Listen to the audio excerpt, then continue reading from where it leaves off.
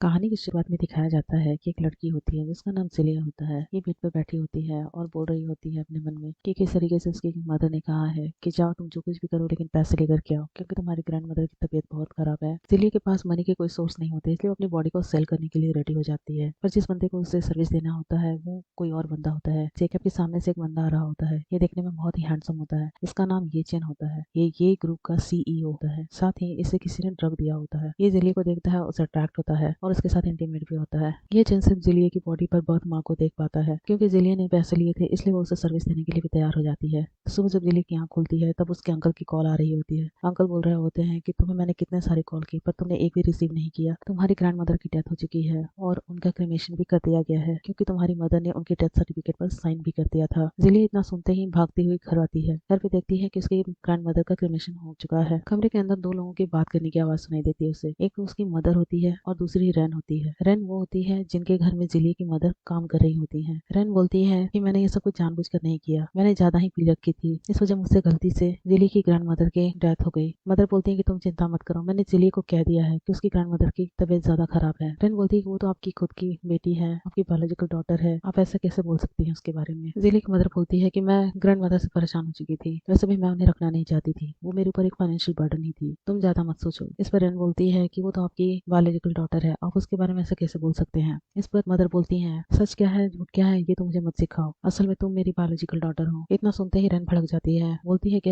ये सच नहीं है, मेरी मदर एक फेमस फैशन डिजाइनर है और आप एक ऑर्डिनरी लेडी, आप मेरी मदर कभी नहीं हो सकती। जिली ये सब सुन रही होती है, वो भी सामने आ जाती है और बोलती है यही वजह है कि आप मुझसे प्यार नहीं करती और मेरे साथ ऐसा व्यवहार करती है, और वो रोते हुए वहां से चली जाती है। रेन ये सब देखती है, बोलती है कि मैं उसे नहीं छोड़ सकती। मदर बोलती है ऐसा मत करो। वो बोलती है कि उसने सब कुछ सुन लिया, बाहर वो सबको बता देगी, मैं उसे ऐसे नहीं छोड़ सकती। इतना भूल करके सामने रखा हुआ एक नाइफ उठा लेती है और जिली के पीछे दौड़ने लगती है। जिली की मदर भी उसके पीछे दौड़ने लगती है। दिखाया जाता है फार्म में जिली दौड़ रही होती है, उसके पीछे रैन और उसके पीछे मदर। जिली को रैन पकड़ लेती है और उसका गला दबाने लगती है। जिली बोलती है अपनी मदर को, डैड तो ये सब नहीं चाहते थे जैसा आपने मेरे साथ किया। रैन बोलती है कि मैं इसे नहीं छोड़ सकती। मदर बोलती है कि ऐसा मत करो। फिर भी वो चाकू लेकर के जिली के सीने में मार देती है। जब रैन को लगता है कि जिली मर चुकी है तो वो वहां से भाग जाती है और साथ में मदर भी भाग जाती है। थोड़ी देर के बाद जिली को होश आता है। उसके बाद सीन को शिफ्ट कर दिया जाता है 5 साल। कहा जाता है कि जिले वापस आ चुकी होती है और वो अब एक फैशन डिजाइनर बन चुकी होती है। उसके साथ एक बच्ची होती है, इसका नाम होता है टोंग टोंग। असल में जिले की बेटी होती है। टोंग टोंग की नजर एक हैंडसम बंदे पर पड़ती है और वो बोलती है देखो डैड, असल में ये वही येचन होता है जिसे देखकर टोंग टोंग बताती है। जिले उसे पहचान लेती है और बोलती है अपनी बेटी को कि हर किसी को डैड बोलना अच्छी बात नहीं। उधर येचन रेन से मिलने आया होता है, उसे एयरपोर्ट पर लेने। रेन बोलती है कि तुम मुझे अजनबी जैसे क्यों बोल रहे हो। इस बार येचन बोलता है कि ऐसा कुछ भी नहीं, चलो मदर इंतजार कर रही होंगी। रेन को लेकर के वो उसकी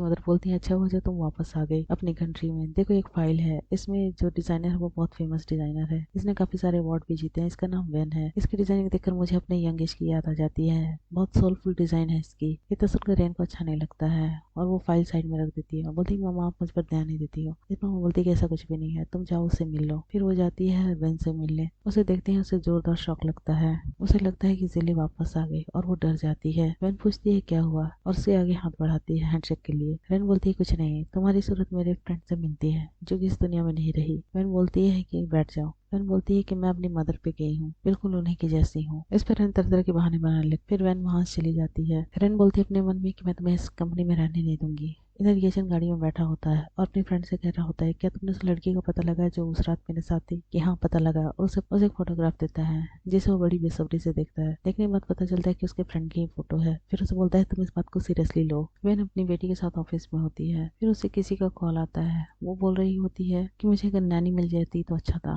मुझे टोंग की देखभाल करने में हेल्प हो जाती है। तभी टोंग वहां से भाग जाती है और येचन के ऑफिस में पहुंच जाती है। येचन वहां पर बाई और अपने असिस्टेंट के साथ होता है। वो टोंग को उठाता है। बाई चिल्ला रही होती है किसने मुझे धक्का दिया। येचन बोलता है कि तुम्हें बच्चों से ऐसी बात नहीं करनी चाहिए। इधर वेन को जब ध्यान आता है कि उसकी बेटी नहीं है तो वो अपनी बेटी को ढूंढने निकल जाती है और ढूंढते हुए येचन के ऑफिस में पहुंच जाती है, जहाँ पर बाई से सुना रही होती है कि तुम अपनी बेटी का ख्याल नहीं रख पाती। सॉरी बोलकर वहां से अपनी बेटी को ले जाती है। फिर उसे रेन के ऑफिस से कॉल आती है जिसमें कह रहे होते हैं कि आपको एक ड्रेस की डिजाइन करनी है और उसे लोकेशन मांगते हैं। वो दे देती है और फिर उस लोकेशन पर पहुंच जाती है।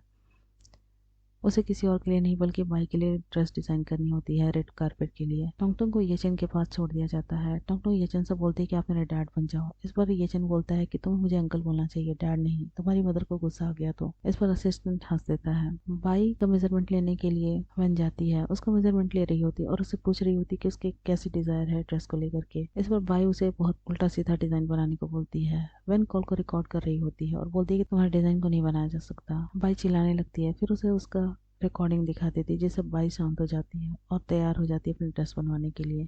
फिर अपनी बेटी को लेकर वहाँ चली जाती है। वैन हूँ, मैं एक फेमस डिज़ाइनर और कंपनी में काम करती हूँ। सभी उसे बोल रहे थे मैंने तुम्हें पहचान लिया है।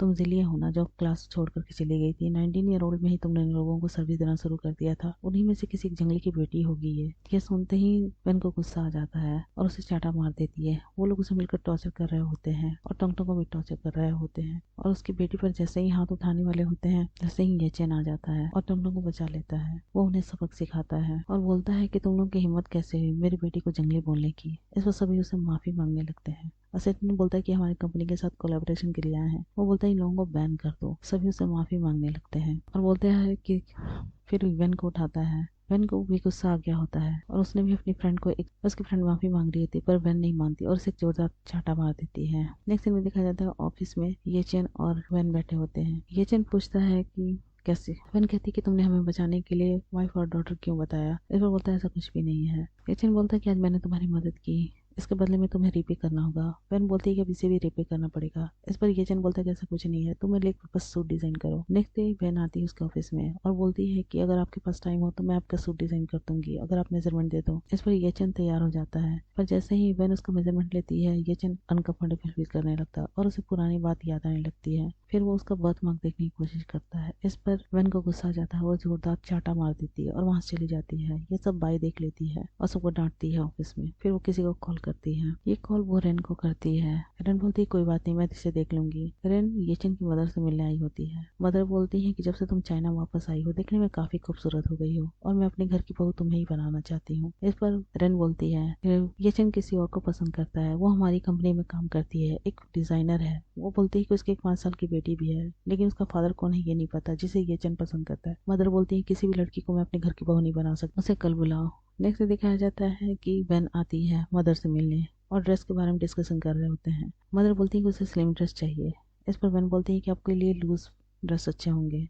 मदर बोलती है क्या तुम मुझे ओल्ड समझती हो। इस पर वेन बोलती है कि ऐसा नहीं है, आप जैसा चाहती है मैं ड्रेस बिल्कुल वैसा ही बना दूंगी। नेक्स्ट डे ड्रेस लेकर के वेन आती है जिसे देखकर रेन चिल्लाने लगती है। बोलती है कि तुमने कैसे ड्रेस बनाया है, इसे देखकर तो हमारी आंखें नहीं खुल रही हैं। ये ड्रेस मदर की बर्थडे पार्टी के लिए बनाई गई होती है। मदर बोलती है कि मुझे तो ये ड्रेस अच्छी लगी और वो बोलती है कि तुम्हारा काम मुझे बहुत पसंद आया, मैं तुम्हें इतने पैसे दूंगी कि पूरी जिंदगी तुम आराम से बैठकर जी सकोगी। इस पर बहन बोलती है कि मुझे समझ नहीं आया। मदर बोलती है मेरा बेटा है येचन है, वो कंपनी का सीईओ है और हैंडसम भी, क्या तुम उसे पसंद करती हो। इस पर बहन बोलती है कि नहीं नहीं मैं उसे पसंद नहीं करती, आपको गलत फहमी हुई है। तभी सामने से येचन आ जाता है। बोलता है मदर आपने क्या बात की है। मैं मदर आपने जो भी कहा है वो आपका साइड है, मेरे साइड का भी फिक्स नहीं है। वैसे उम्मीद करता हूँ कि आप मेरी फीलिंग्स को समझेंगी। ऐसा बोलकर के वो वेन का हाथ पकड़ लेता है और उसे वापस बाहर लेकर के आता है। दोनों के बीच एक अच्छा सा रोमांटिक सीन क्रिएट हो जाता है जिसे कि रेन भी देख रही होती है और बोलती है कि मैं तुम्हें छोड़ूंगी नहीं चाहे जो कुछ भी हो, ये क्षण सिर्फ और सिर्फ मेरा है। किसी को कॉल करके बोलती है रेन कि तुम जो चाहो सो कर सकती हो। इधर दिखाया जाता है कि वेन से मिलने कोई आदमी आता है। तभी सामने से एक कॉल आता है कि टोंगटोंग गुम हो गई है। उधर दिखाया जाता है कि मॉल में मदर येचन की मदर गई होती है जिनकी नजर टोंगटोंग पर पड़ती है। वो टोंगटोंग से पूछती है कि तुम्हारी मदर कहाँ है। वो बोलती है कि मैं गुम हो गई हूँ। वो बोलती है कोई बात नहीं तुम मेरे साथ चलो। वो उसे अपने कार में ले जाती है। तभी ड्राइवर बोलता है कि मास्टर की तरह दिखता है। तभी मदर अपना लॉकेट खोल करके देखती है, बिल्कुल उनके जैसी दिखती है और उसे अपने घर ले आती हैं। येचन घर आता है, देखता है कि टोंगटोंग उसके मदर के पास। वो पूछता है कि आपको कहाँ मिली। वो बोलती है गुम हो गई थी। क्या तुम्हें इसके क्या तुम्हें इसके पेरेंट्स के बारे में पता है। ये दिन किसी को कॉल लगाता है पर कोई कॉल रिसीव नहीं करता। फिर वो कार में बैठ कर निकल जाता है। जब वो रास्ते में जा रहा होता है तो सामने देखता है कि कुछ लोग एक लड़की को उठा रहे हैं। ये लड़की कोई और नहीं बल्कि जिलिया होती है जिसे येचन ने देख लिया होता है।